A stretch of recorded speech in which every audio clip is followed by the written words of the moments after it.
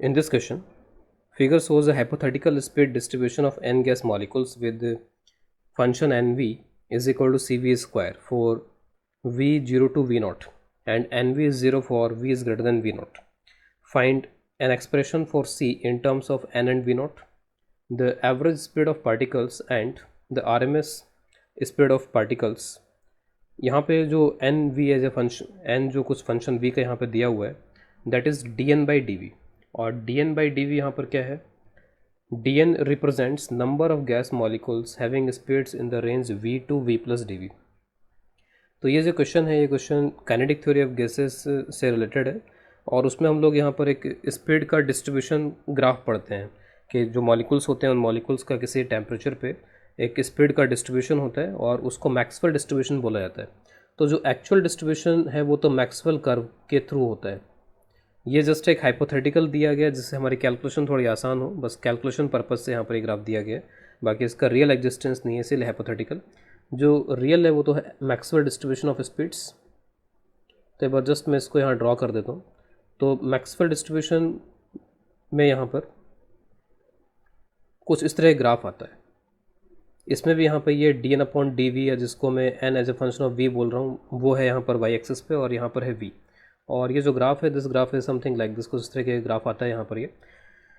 अब इस ग्राफ से यहाँ पर एक बार हम D N upon D V को समझने की कोशिश करते हैं.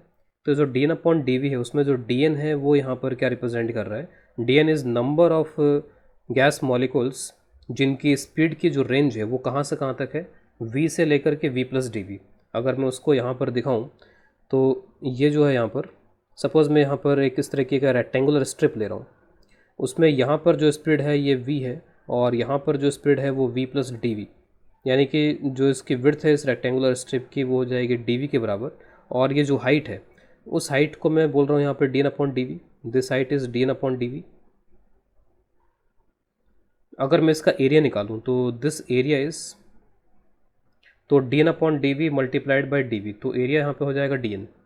तो ये जो भी ग्राफ बनता है उस ग्राफ का अगर मैं यहाँ पर ये इस तरीके का स्ट्रिप लेता हूँ तो उसका जो एरिया है वो एरिया नंबर ऑफ मॉलिक्यूल्स को रिप्रेजेंट करता है. नंबर ऑफ मॉलिक्यूल्स इस नैरो रेंज की स्पीड में, इस नैरो रेंज की स्पीड में v से लेकर के v प्लस डी वी के जो एक नैरो रेंज है, उस नैरो रेंज में कितने गैस मॉलिक्यूल्स आ रहे हैं, तो वो नंबर ऑफ गैस मॉलिक्यूल्स हैं डी एन.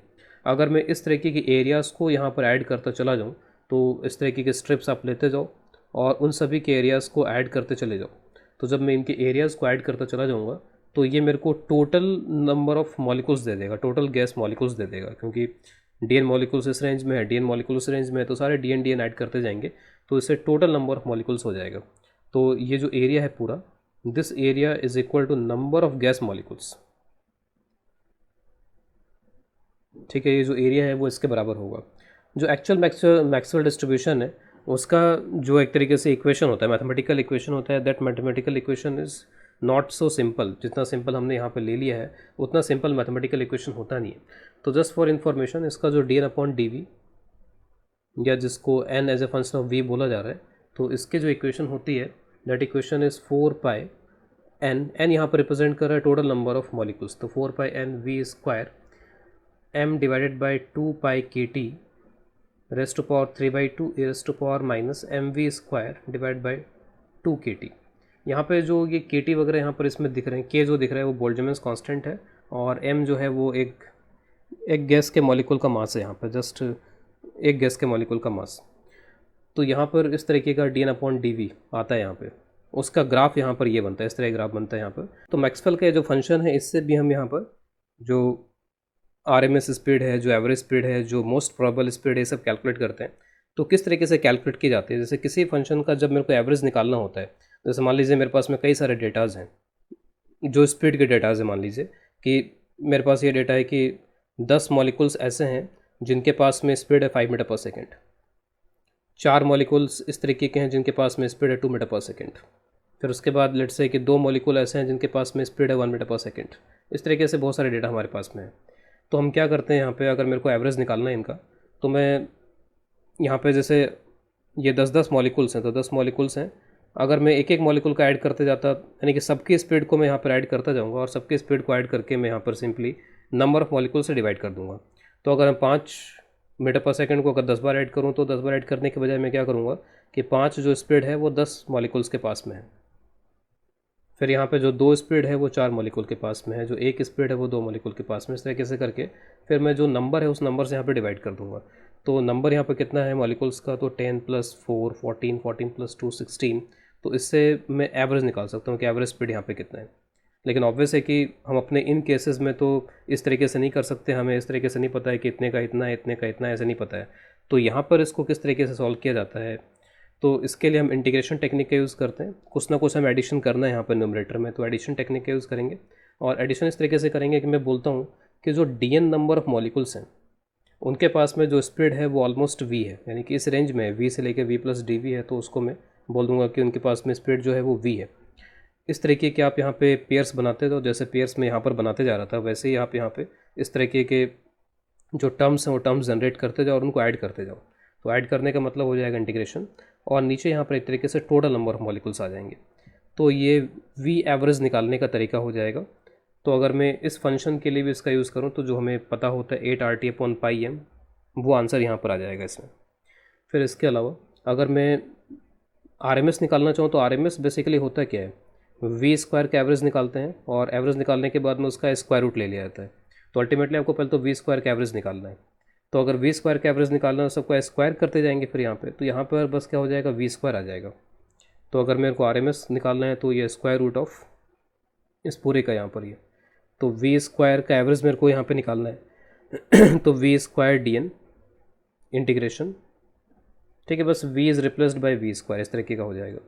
मोस्ट प्रोबेबल जैसे मैं इसके लिए अगर निकालूँ यहाँ पे, तो मोस्ट प्रोबेबल के लिए क्या करना पड़ेगा, जो ये dn/dv है ये मैक्सिमाइज हो गया यहाँ पे, जहाँ पे मोस्ट प्रोबेबल स्पीड आती है। तो इस फंक्शन को आप यहाँ पे v के रिस्पेक्ट में डिफ्रेंशिएट कर दो, इसको जस्ट मैं f से रिप्रेजेंट कर देता हूँ। तो df/dv को जब मैं 0 के बराबर रखूँगा उससे जो भी v आएगा वो एक तरीके से मोस्ट प्रोबेबल स्पीड का आंसर हो जाएगा। तो ये तो हो गए कंसेप्ट्स जिनका हम यहाँ पर यूज़ करके RMS और एवरेज ये सब निकाल सकते हैं।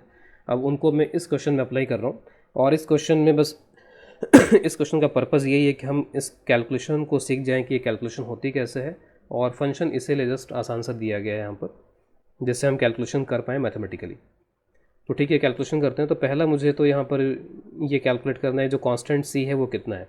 तो कांस्टेंट c कैलकुलेट करने के लिए मेरे पास पता है कि total number of gas molecules जो हैं वो यहाँ पर n के बराबर है। तो कांस्टेंट c पता करना है, total number of gas molecules n के इक्वल है। तो मैं यहाँ पर ऐसा करता हूँ कि जैसे यहाँ पर मैं बोल रहा था कि एरिया अगर टोटल जोड़ दिया जाए, टोटल एरिया अगर ले लिया जाए, तो टोटल एरिया यहाँ पर एक तरीके से हो जाएगा आपका, जो टोटल एरिया यहाँ पर वो टोटल एरिया हो जाएगा नंबर ऑफ़ गैस मॉलिक्यूल्स। तो total number of gas molecules आपको पता है कि n के बराबर है and this is integration of dn। तो जो dn/dv यहाँ पर आपको दिया गया है, dn/dv दिया गया है कितना, cv²। तो बस dn को आप जोड़ते चले जा रहे हो, उससे टोटल नंबर ऑफ़ मॉलिक्यूल्स आ जाएंगे। तो यहाँ पर dn की जगह पे आप रिप्लेस कर दो cv² dv, और जो इंटीग्रेशन यूज़फुल होगा वो इसी रेंज के लिए यूज़फुल हो पाएगा 0 से v0 वाला। बाद में तो nb की वैल्यू 0 दी गई है तो उसका इंटीग्रेशन 0 रहेगा। तो आप जो लिमिट लगाओगे वो 0 से v0 लगा दो।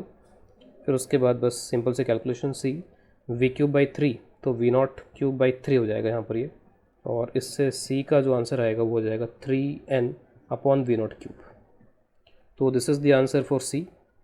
फिर इसके बाद में फर्दर जो पार्ट्स हैं उसमें हम c का यूज़ कर पाएंगे अगर हमारे पास में c आ गया है तो। फिर एवरेज स्पीड कैलकुलेट करनी है, तो एवरेज स्पीड के लिए जैसे मैंने बताया यहाँ पे कि आप इस इंटीग्रेशन का यूज़ करोगे तो इसमें रख लेते हैं, तो 1/n v/dn, dn की जगह पे जैसे पिछले पार्ट में किया था तो dn की जगह पे cv² dv, लिमिट्स वही 0 से लेकर के v0। यहाँ पर ये जो c/n आ रहा है तो आप c/n को डायरेक्टली यहाँ से रख दो, c/n कितना हो जाएगा, c/n इज़ 3/v0³। तो 3/v0³ हो गया यहाँ पे c/n।